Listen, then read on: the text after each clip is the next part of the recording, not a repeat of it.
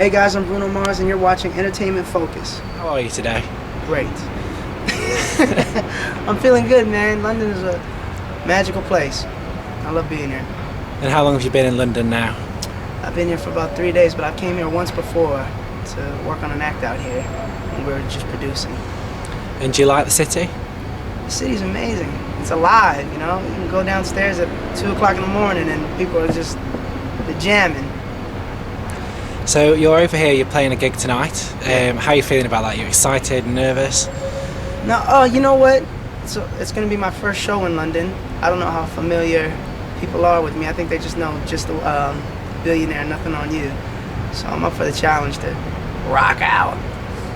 And you've got your debut solo single coming out, Just the Way You Are. Tell us a bit about that. Just the Way You Are. It's quite different from Nothing on You and Billionaire. Well, of course, because there was the rappers on both songs. This is like the more romantic side of Bruno Mars. So would you say it's quite indicative of your style as a solo artist?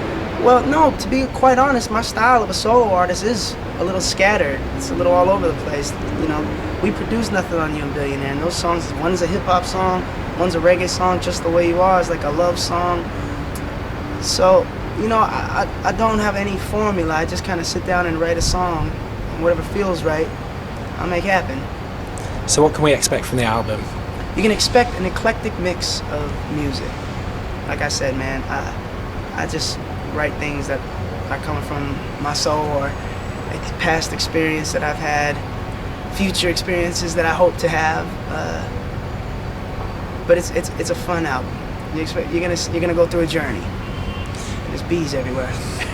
Because I heard some of the tracks, I was listening to them on your MySpace, and as you were saying, they are quite varied. It's actually quite... What's on my MySpace?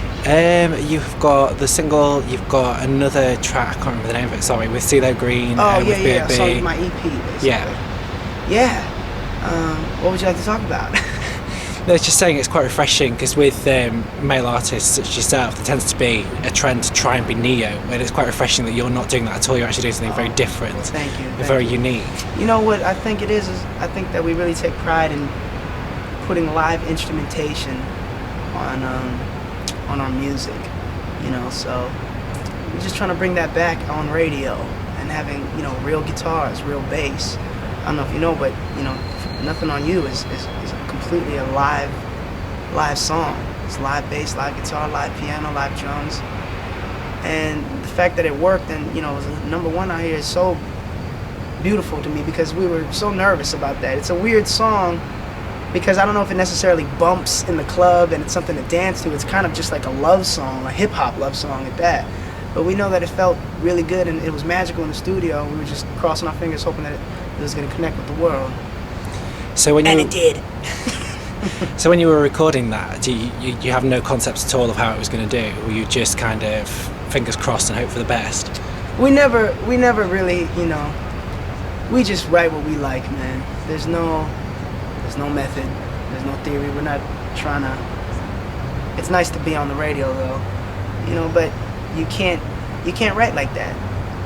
You can't write, well, this station's gonna play this, and you know, let's write a song that this station's gonna play. You just gotta write what you feel. And how about Billionaire? How did that come around? Billionaire I actually came up with in London, walking the streets of Shepherd's Bush.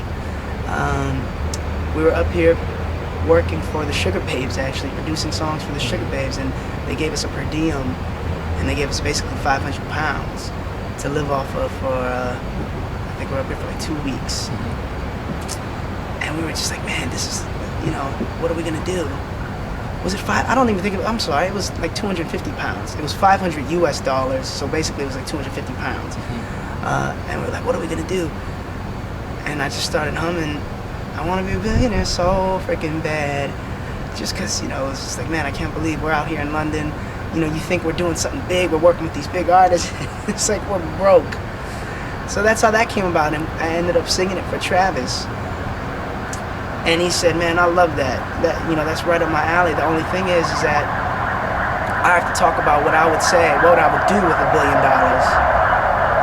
And he's not the type of guy that's gonna buy cars and go to the strip club. He's the type of guy that, you know, is a generous, open-heart dude. And he turned what I had, my little part, into like a Wish record, and saying, you know, he basically give it all away.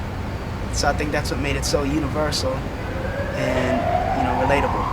And how do you feel about the reaction to that song? 'Cause it's become quite a summer anthem, especially in the UK. Oh man, it's incredible. It's incredible. Again, it was a song like, is this gonna work on the radio? Like, it's a reggae kind of thing. It's a rapper. It's a singer. It's a little all over the place. It's gonna be his first single. The fact that it did what it did, I think people got to know me a little more than Nothing on You with Billionaire. I think that was more like, okay, he's playing the guitar. I think it helped me a lot because it was so different than Nothing on You, But it was playing at the same same radio stations. So it kind of gave people warning that I might not be coming to you guys with just one particular sound. Well, the first thing that you always notice, and whenever I listen to one of your records, the first thing I notice is how incredibly soulful your voice is. Where does that come from? Is that, is it your family, or is it something you practiced out? The soulful, thank you, that's a great compliment. Man, it comes from the best. I grew up listening to Motown. Stevie Wonder, Michael Jackson, Prince, James Brown, Jackie Wilson. Those guys are my idols. And, trying to mimic them, I guess that's, it's a lot of things, man. It's a lot of things. Being from Hawaii, my family's all musicians. My father's a drummer, my mother's a singer. I guess I'm a chameleon, Do you ever consider having a family band? Absolutely. We were the Partridge Family back home in Hawaii. My brother plays drums for me now. We're going on tour, and I got my brother playing drums. So it's beautiful. How is that for you? I mean, for me, taking my brother on tour with me would be the worst thing in the world. The worst thing for you? But, you know what? I've been playing with my brother. I keep saying drum. I've been playing with my brother for so long. I don't think anyone else could play drums for me. We have a connection on stage because a lot of times in the live show, I'm always changing things. I'm always making things different, slowing things down, speeding things up. I could just shoot him a look and he'll know what I'm talking about because that's my blood. So in terms of your live shows then, are they quite unplanned? Do you kind of just go with the flow, see what happens, or do you actually have quite a structure to them? Well, we like to put together a set list before the show, before we go on, just so we have a little bit of a plan. But anything can happen. That's the beauty of our show, and it's strictly live. We don't play with track. It's just a 4-piece band. We're trying to bring that back, especially I'm doing pop music, and I think back in the day, that pop music, it was still live. There was no track and band, and that's what you got, the raw sound of live instrumentation and the vocal with the band harmonizing with each other. That's what we're trying to bring back. So something else I wanted to talk to you about is your style, because you've become known as very stylish. You always look very suave, very sophisticated. Really? Where does that style come from? My style? Shit, London. I look at London. I look at you guys in the London fashion mags. No, I don't know, man. My style, I don't know. My dad was sharp.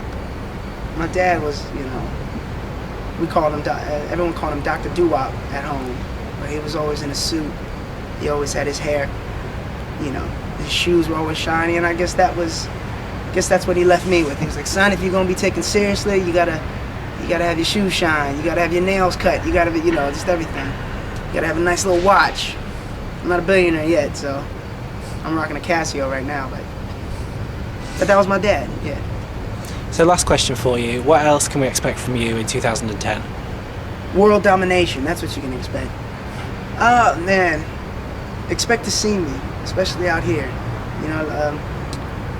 I even told my record label that this is such a market that I would love to get it, I'd really like to get a strong fan base out here. I think London is such a great place because I feel like you guys are so open to every kind of music, every style of music. You guys just want to have fun and, go see shows. And that art is still here, more so than some of the places we've been where people actually want to come out and see a show. So, 2010, you better believe I'll be in London.